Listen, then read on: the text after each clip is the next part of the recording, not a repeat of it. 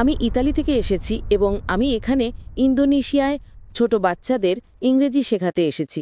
আমি কোনো নির্দিষ্ট ধর্ম অনুসরণ করি না, আমি কোনো চার্চ বা কোনো ধর্মে বিশ্বাসী নই। তাই আমার প্রশ্ন হলো, আমি সবসময় দেখেছি যে বিভিন্ন ধর্মের মানুষ আমাকে তাদের ধর্ম সম্পর্কে জানাতে চেষ্টা করেছে, কিন্তু আমি সবসময় দেখেছি যে তারা বলতো আমার ধর্মই সেরা, আমার ধর্মই সেরা, এবং আমি এটা চাইনি। তাই আমি কোনো ধর্ম অনুসরণ না করার সিদ্ধান্ত নিয়েছি, কারণ আমি বিশ্বাস করি যে ধর্ম ছাড়াও আমি একজন ভালো মানুষ হতে পারি। আমার শৃঙ্খলা আছে, আমি অন্যের ভালো করতে পারি, কারোর ক্ষতি না করে একটা সুন্দর জীবনযাপন করতে পারি, কোনো কঠোর নিয়ম না মেনে। বোন, আপনি ইংরেজি ভাষার শিক্ষিকা, তাই না? শুধু এখানে ইন্দোনেশিয়া একটা অভিজ্ঞতার জন্য। ইন্দোনেশিয়ায় এখন আমি যখন ইংরেজি বর্ণমালা শিখেছি, আমি জানি তার ক্রম হলো ABCD। না না না না, BAZYD।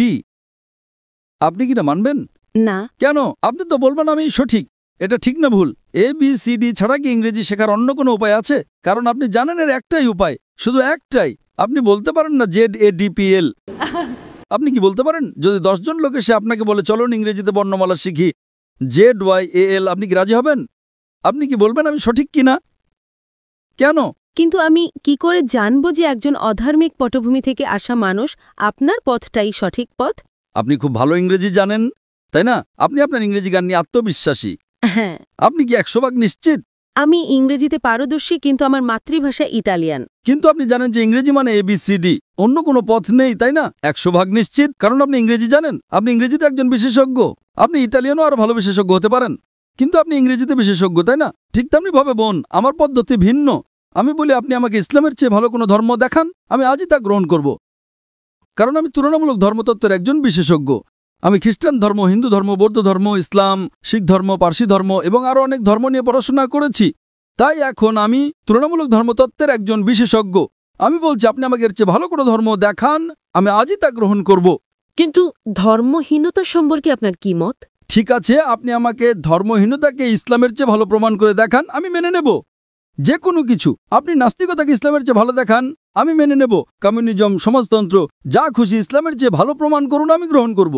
যে কোনো কিছু, রাজনীতি বা অরাজনীতিক, আমাকে এর চেয়ে ভালো কিছু দেখান। কোরআনের চেয়ে ভালো কোনো নির্দেশনা গ্রন্থ, আমি তা গ্রহণ করব।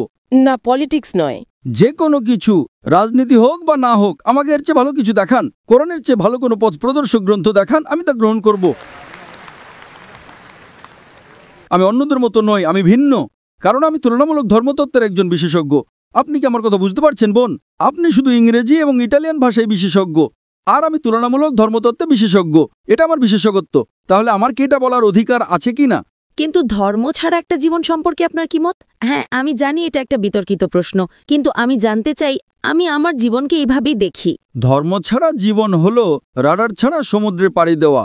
আপনি জানেন, আপনি রাডার ছাড়া সমুদ্রে নৌকো চালাচ্ছেন, কোনো জিপিএস নেই, স্যাটেলাইট নেই, আর আপনি নৌকো নিয়ে বসে চলেছেন যে কোনো দিকে। আপনি কি উত্তরটা পেয়েছেন? আমি বুঝতে পারছি। হ্যাঁ, আপনি বুঝতে পারছেন। তাই এখন আপনাকে আপনার রাডার বেছে নিতে হবে। আমাকে একটা ধর্ম বেছে নিতে হবে? আপনাকে বেস্ট পথ প্রদর্শক বেছে নিতে হবে। ধরেন ধরেন আপনি অসুস্থ, আপনাকে ডাক্তারের কাছে যেতে হবে, তাই না? নাকি আপনি বলবেন না না, আমি নিজেই চিকিৎসা শিখে নেব? আপনি কি তা করতে পারবেন? হ্যাঁ, আপনি গুগল করে কিছু উত্তর পেতে পারেন, কিন্তু সব উত্তর কি পাবেন? Chat GPT? চ্যাট জিপিটি কি আপনার অপারেশন করবে? যদি আপনি চ্যাট জিপিটিকে জিজ্ঞেস করেন আপনার হার্টের সমস্যা হয়, না না না না, সে উত্তর দেবে একজন ডক্টরের কাছে যান। চ্যাট জিপিটিকে জিজ্ঞেস করেন কোন ধর্ম সবচেয়ে বৈধ, যুক্তিকার, বৈজ্ঞানিক, এখানে উত্তর আছে। আপনি কি চ্যাট জিপিটিতে বিশ্বাস করেন? আপনি আটকে গেছেন বোন। তাই আমি বলছি এটা আমার এক্সপার্টিজ এরিয়া। আপনার মতো মানুষের সাথে কথা বলে আমার বিশেষজ্ঞত্ব। এটা আমার বিশেষজ্ঞত্ব। আপনি অসুস্থ হলে ডক্টরের কাছে যান, তাই তো? আমি তো নিজেকে অসুস্থ মনে করি না। আমি বলছি না যে আপনি অসুস্থ। না, মানে আমি মনে করি না যে আমি রাডার হারিয়ে ফেলেছি। আমি মনে করি না যে এখন আমার কোনো রাডারের প্রয়োজন আছে। তাই আপনি অসুস্থ হলে ডাক্তারের কাছে যান না, তাই তো? অবশ্যই যাই। ও, তার মানে অসুস্থ হলে আপনার রাডার দরকার না, কিন্তু ধর্মীয়ভাবে বলতে গেলে আমি নিজেকে পথভ্রষ্ট মনে করি না। কারণ আপনি জানেনই না যে আপনি কি হারাচ্ছেন। আপনি তখনই বুঝবেন যে কিছু হারিয়েছেন যখন জানবেন যে আপনার কি হারানোর ছিল। যদি আপনি না জানেন যে কি হারাচ্ছেন, তাহলে কিভাবে বুঝবেন, তাই না? দেখেন যে ব্যক্তি অজ্ঞ, সে খুব সুখী কিনা। সে ইংরেজি জানে না, কিছুই জানে না, সে খুব সুখী, ঠিক না ভুল? আপনি জানেন না যে আপনি কি হারাচ্ছেন। আমি যে আনন্দ পেয়েছি, আমি নিশ্চিত যে আপনি তা পাননি। হ্যাঁ, আমাকে শিখতে হবে। কারণ আপনি জানেন না, যে ইংরেজি জানে না সে বোঝে না ইংরেজি কি। আপনি ফলের স্বাদ চাখাননি, তাই না? এজন্যই আপনার জন্য আমার দুঃখ হচ্ছে বোন, আপনার জন্য আমার দুঃখ হচ্ছে বোন। না, তবে আমি বৌদ্ধ ধর্মের চিন্তাভাবনার প্রতি বেশি বিশ্বাসী। যেমন আপনার শরীর একটি মন্দির, যেমন ঈশ্বরী আপনি, যেমন আপনাকে। ও, বৌদ্ধ ধর্ম। আচ্ছা, বুদ্ধের শিক্ষা কি? আমি জানি না, আমি তো পড়িনি, দয়া করে বলুন। তাহলে এখন বৌদ্ধ ধর্ম সম্পর্কে কথা বলছেন আর আপনি জানেন না বৌদ্ধ ধর্ম কি? আমি বিশেষজ্ঞ নই, কিন্তু আমি কিছু বই পড়েছি এবং সেখানে বলা হয়েছে যে বুদ্ধই আসলে আপনার মধ্যে আছেন। মানে আপনি নিজের উপর কাজ করে একটা ভালো জীবন পেতে পারেন এবং অন্যের সাথে ভালো ব্যবহার করতে পারেন, আর সেটাই যথেষ্ট। তাই নিজের উপর কাজ করাই আসল। একথা কে বলেছে? এটা তো বৌদ্ধ ধর্মের শিক্ষা নয়। হয়তো এটা তার একটা অংশ, কিন্তু মূল শিক্ষা নয়। বুদ্ধ 4টা মহান সত্যে বিশ্বাস করতেন। 1 নাম্বার, এই পৃথিবীতে দুঃখ এবং কষ্ট আছে। বুদ্ধের প্রথম মহান সত্য ছিল যে এই পৃথিবীতে দুঃখ এবং কষ্ট আছে। 2 নাম্বার, এই দুঃখের কারণ হলো আসক্তি বা আকাঙ্ক্ষা। 3 নাম্বার, দুঃখ দূর করতে হলে আকাঙ্ক্ষা দূর করতে হবে। এবং 4 নাম্বার, আকাঙ্ক্ষা দূর করার জন্য অষ্টাঙ্গিক মার্গ অনুসরণ করতে হবে। এটাই গৌতম বুদ্ধের শিক্ষা। আপনি কি ইসলামের কোনো বই পড়েছেন?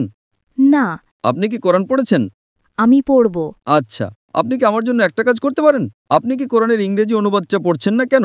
দয়া করে একটা খোলা মন নিয়ে কোরআনের ইংরেজি অনুবাদটা পড়ুন। হ্যাঁ, খোলা মন নিয়েই পড়ব। কোনো রাডার ছাড়াই পড়েন, সমস্যা নেই। একটা খোলা মন নিয়ে পড়েন। পারলে ভুল খোঁজার চেষ্টা করেন, কোনো সমস্যা নেই। আপনি যত বেশি ভুল বের করার চেষ্টা করবেন আমি তত খুশি হব। যখন আপনি কোরআন পড়বেন তখন একটা বিশ্লেষণী মন নিয়েও পড়বেন। কোরআনে ভুল খুঁজে বের করার চেষ্টা করেন, কোনো সমস্যা নেই।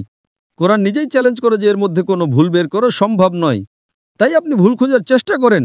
হয়তো আপনার কিছু ভুল মনে হতে পারে, তখন আপনি আমাকে জিজ্ঞেস করতে পারেন আর আমি আপনাকে বলবো সেটা ভুল কিনা। কারণ এটাই আমার এক্সপার্টিজের জায়গা। তাই আপনি যে ভাষায় বোঝেন সেই ভাষায় কোরআন পড়ুন, ইটালীয় বা ইংরেজি। ইংরেজি ভালো হবে।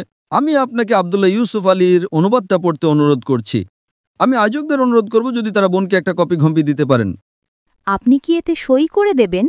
ইনশাআল্লাহ আমি সাইন করে দেব। ধন্যবাদ। অনুষ্ঠানের শেষে আমি আয়োজকদের অনুরোধ করব যদি আব্দুল্লাহ ইউসুফ আলীর ইংরেজি অনুবাদটা পাওয়া যায়। ইনশাআল্লাহ যদি না পাওয়া যায় আপনি আপনার ঠিকানা ভলেন্টিয়ারদের কাছে দিয়ে যেতে পারেন, আমরা পাঠিয়ে দেব। যদি এখন পাওয়া যায় আমরা এখনই আপনাকে দেব ইনশাআল্লাহ। ঠিক আছে বোন, আপনি এটা পড়ুন এবং আমি আল্লাহর কাছে প্রার্থনা করি যেন তিনি আপনাকে সঠিক পথ দেখান। আপনাকে অনেক ধন্যবাদ। আপনাকেও স্বাগতম বোন।